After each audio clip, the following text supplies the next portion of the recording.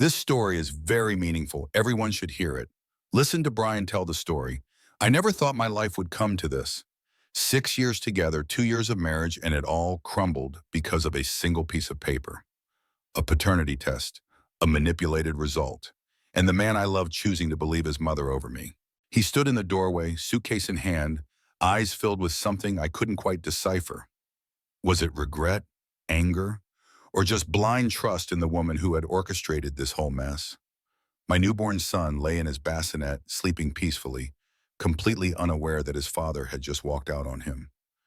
"I can't believe I married someone like you," he said, voice hollow. I should have screamed, thrown something at him, begged him to listen, but I didn't. I just stood there numb, watching as the man who once swore to protect me walked out of our lives without a second glance. Maybe I should start from the beginning. My name is Emily. I'm 28 years old, and until a few weeks ago, I thought I had everything I ever wanted. I worked in a stable job that allowed me to work remotely. I had a loving husband, or so I thought, and we were about to start a family together. Mark, my husband, was 30, strong-willed but kind, or at least he used to be.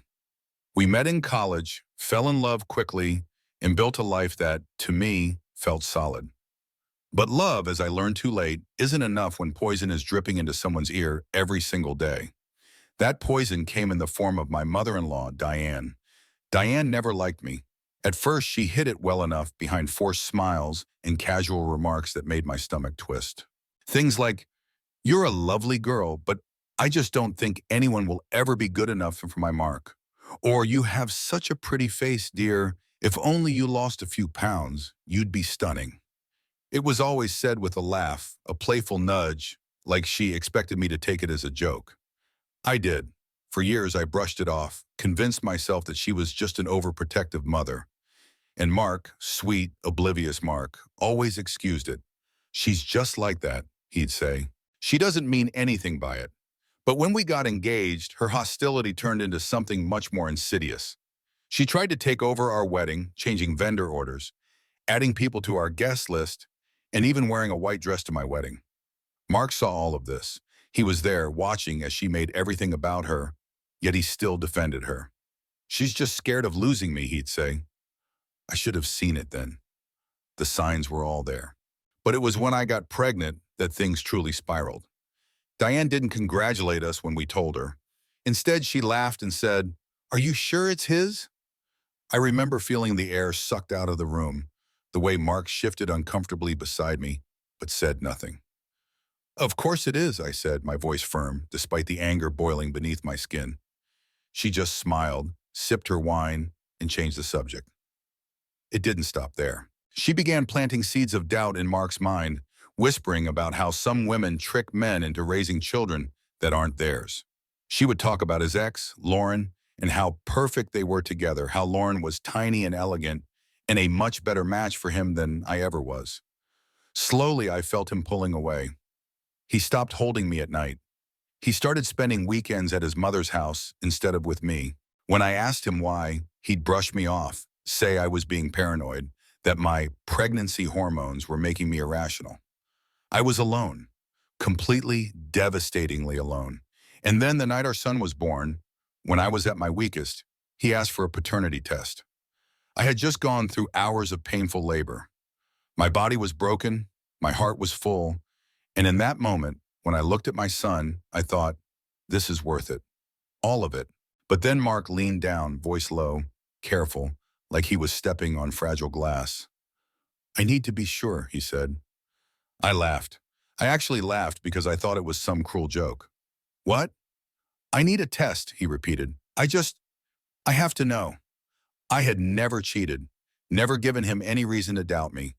I had spent the last 9 months growing his child inside me, enduring the pain, the nausea, the backaches, and the countless sleepless nights. And now, after all of that, after watching me bring our son into the world, he was asking me if he was really his. I don't know how I managed to nod, how I swallowed the lump in my throat and whispered, "Fine." He had already set it up. He had already taken the steps. That was the part that hurt the most. He had been planning this. I was too exhausted to fight. 3 weeks later, the results came in, negative. Mark didn't say a word. He just stood up, grabbed his bag, and left. I was left holding our son, shaking, staring at the paper that told a lie. Because that's what it was, a lie. But Mark believed it. He believed it because it was easier than admitting that his mother had manipulated him. I don't remember much of the days after that. They blurred together into one long nightmare. I barely ate, barely slept. My son cried and I held him, but I felt like a ghost in my own life. Then one day I called Diane. "Mark won't talk to me," I said, my voice hoarse from crying. "You need to tell him the truth. You need to tell him that I never—" She laughed. That sound, that horrible, cruel laugh, sent ice through my veins. "Oh, sweetheart," she said, "I know you didn't cheat. I just didn't want you trapping my son." The world stopped. "What did you do?" My voice was barely a whisper. "I made sure the results were negative," she said casually, as if discussing the weather. "My nephew works at the lab. It was easy, really." I felt the phone slipping from my fingers. I couldn't breathe. "He'll never believe you over me," she continued, "so why don't you just let it go?" Something inside me shattered.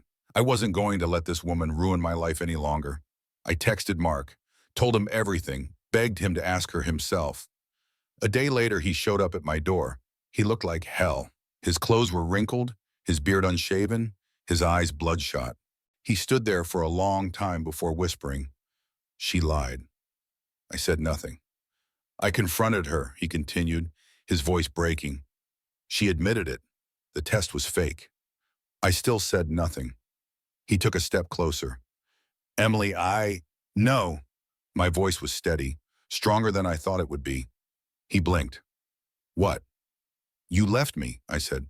"You left us." "I was wrong." "Yes," I agreed. "You were." He took another step forward, reaching for our son. I stepped back. "I want a divorce. I want a divorce."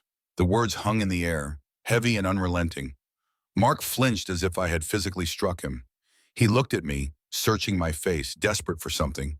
Maybe a sign of hesitation, of weakness, of lingering love. But there was none. I had nothing left for him. "Emily, please," he whispered, his voice hoarse. Just talk to me. Let me fix this."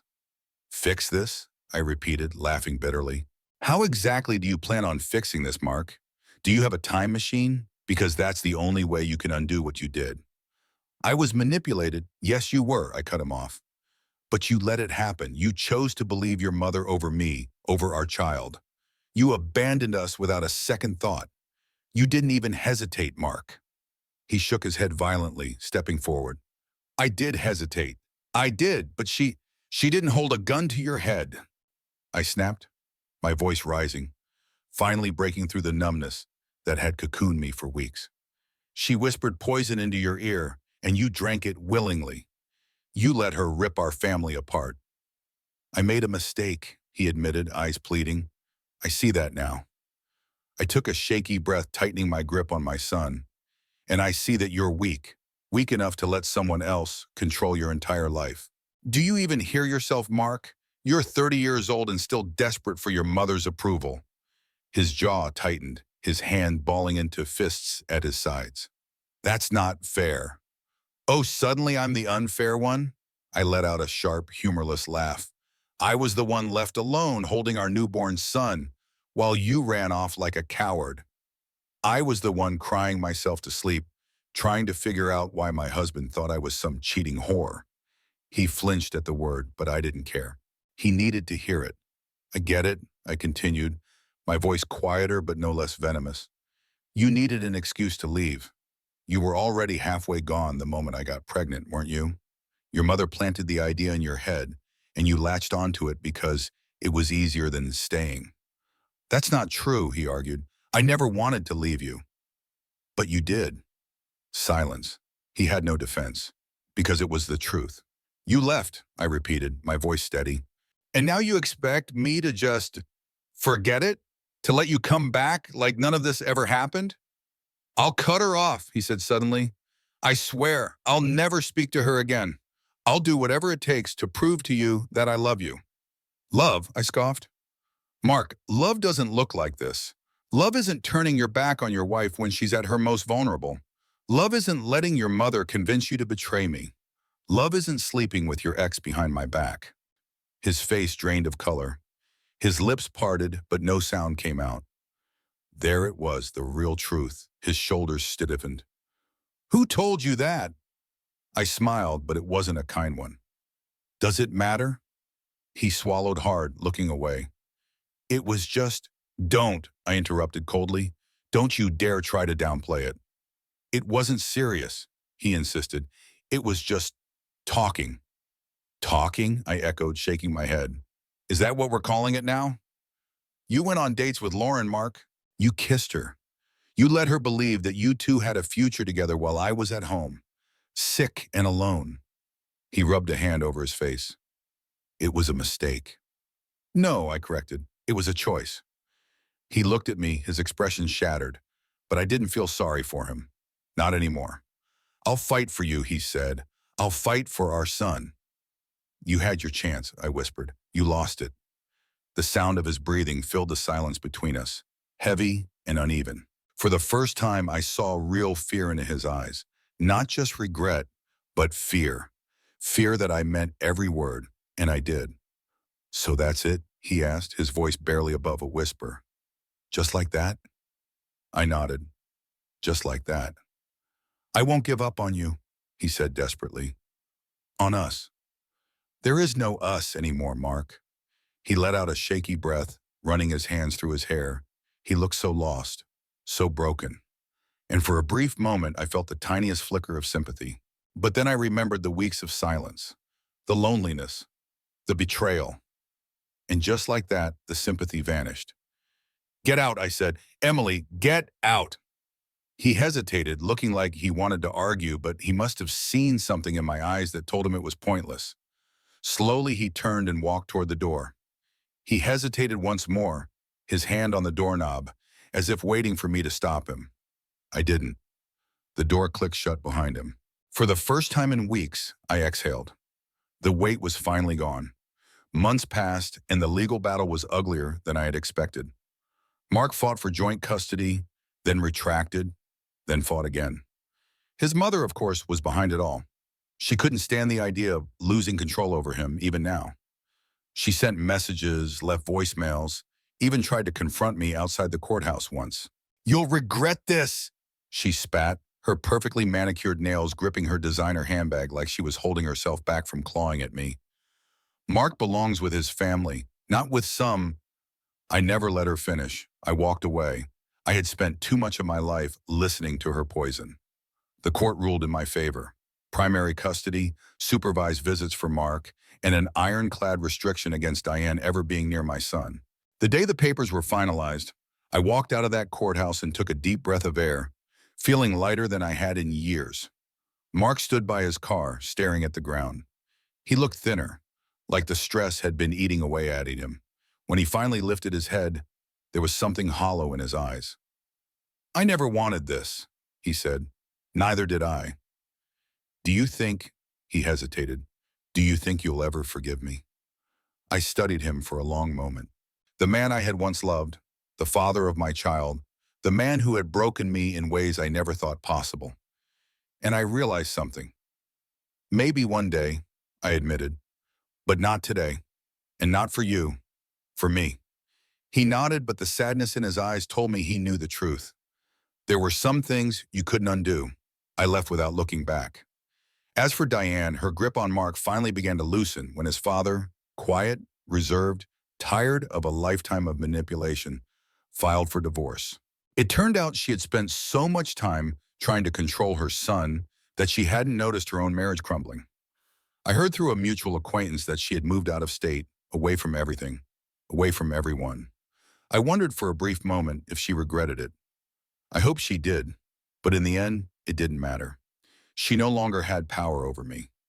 As for me, I rebuilt, slowly, painfully, but surely.